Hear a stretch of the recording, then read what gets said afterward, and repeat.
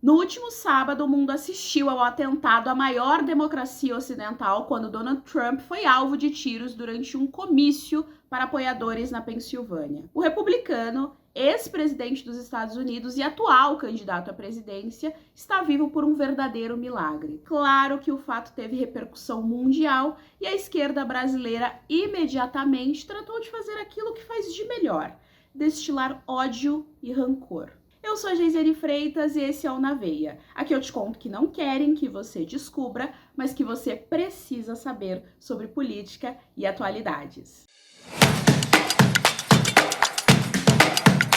A verdade é que no Brasil existem assuntos proibidos que não vão muito longe nas redes. E a única forma de ter acesso ao noticiário com os valores da Gazeta é no contato direto como assinante. Aqui no vídeo, no QR Code, tem um link para você experimentar a Gazeta por R$1 por mês nos 3 primeiros meses. No dia 13 de julho de 2024, Donald Trump foi vítima de uma tentativa de assassinato durante um comício na Pensilvânia. O mundo inteiro viu com os próprios olhos Trump sendo salvo por um tris. Uma hélice virada de cabeça salvou a vida do ex-presidente americano. Diante de tal fato, a esquerda brasileira imediatamente passou a vociferar os maiores absurdos possíveis. O discurso dos progressistas foi inundado pela narrativa falaciosa, insensível e relativista de que o atentado contra Trump seria armado. O deputado federal por Minas Gerais, André Janones, usou sua conta no X para dizer o seguinte: agora sabemos o que o miliciano foi fazer nos Estados Unidos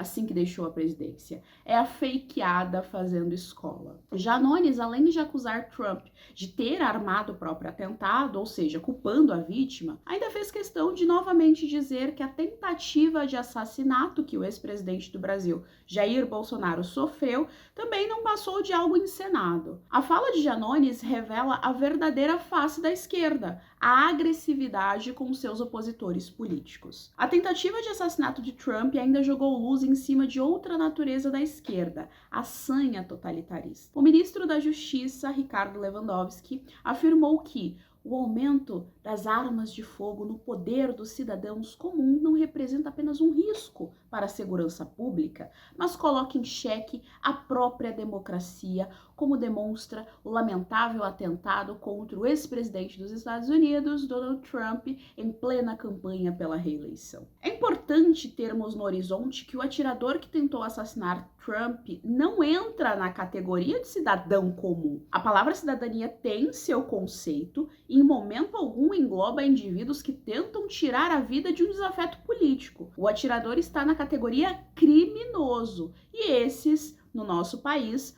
nós sabemos que andam armados e aterrorizam os cidadãos brasileiros e a segurança pública. Portanto, o cidadão comum está vulnerável à violência e sem acesso à legítima defesa. Essa fala do ministro da Justiça revela a hipocrisia dos nossos administradores públicos, já que eles têm segurança armada e não consideram que isso coloca em xeque a própria democracia. E pior, coloca os políticos e ministros como membros superiores em relação ao restante da sociedade, já que para o ministro da Justiça, o brasileiro não é só cidadão, mas o cidadão comum. Além disso, a fala do ministro Lewandowski revela o paternalismo doentio das instituições brasileiras em relação ao povo, ou seja, aquela mentalidade que impera no meio político de que o brasileiro não pode ter autonomia nem mesmo para garantir a própria segurança e precisa sempre de um político e da máquina estatal interferindo nas decisões de âmbito privado. Essa interferência é muito grave,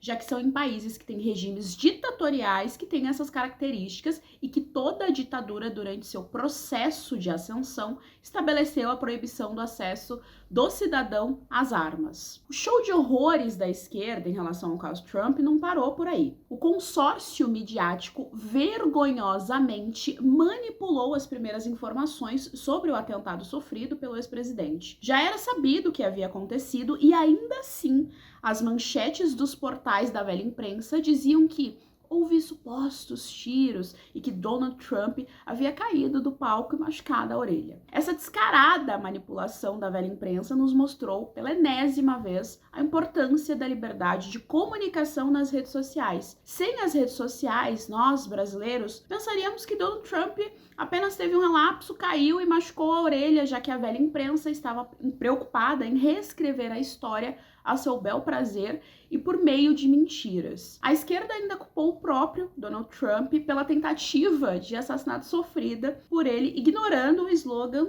"a culpa não é da vítima". De acordo com os esquerdistas, o discurso de Trump causa esse tipo de reação na sociedade. Nada poderia ser mais mentiroso e é radicalmente o contrário, o discurso da esquerda que causa esse tipo de fenômeno. O tempo todo, a esquerda tem discursos truculentos e chamam seus opositores políticos de fascistas e genocidas e incitam na população o ódio por essas pessoas. Além de relativizarem o que é de fato fascismo e genocídio, os esquerdistas criam uma atmosfera de que os opositores devem ser eliminados para que o equilíbrio volte à sociedade, ou, em outras palavras, a democracia seja salva. Com o pretexto de salvar a democracia, a esquerda a assassina dia após dia.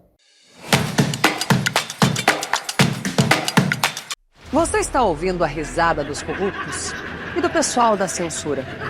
Eles podem até achar que você não está nem aí, mas eles deveriam se preocupar, porque existem pessoas como eu e você que não vão desistir do Brasil. Mesmo que muitos ignorem os fatos, ainda existe jornalismo sério. E tem um jornal no Brasil que ainda se posiciona, que briga para construir um país melhor. É a Gazeta do Povo. E você pode ter certeza de que tem muita gente torcendo contra a Gazeta. Por isso eu peço para você clicar no link e assinar agora o melhor jornal do país. Lá você vai ter as notícias que importam e colunistas como Constantino, Lacombe, Guzzo e muitos outros. Clique no link e assine antes que roubem a sua liberdade.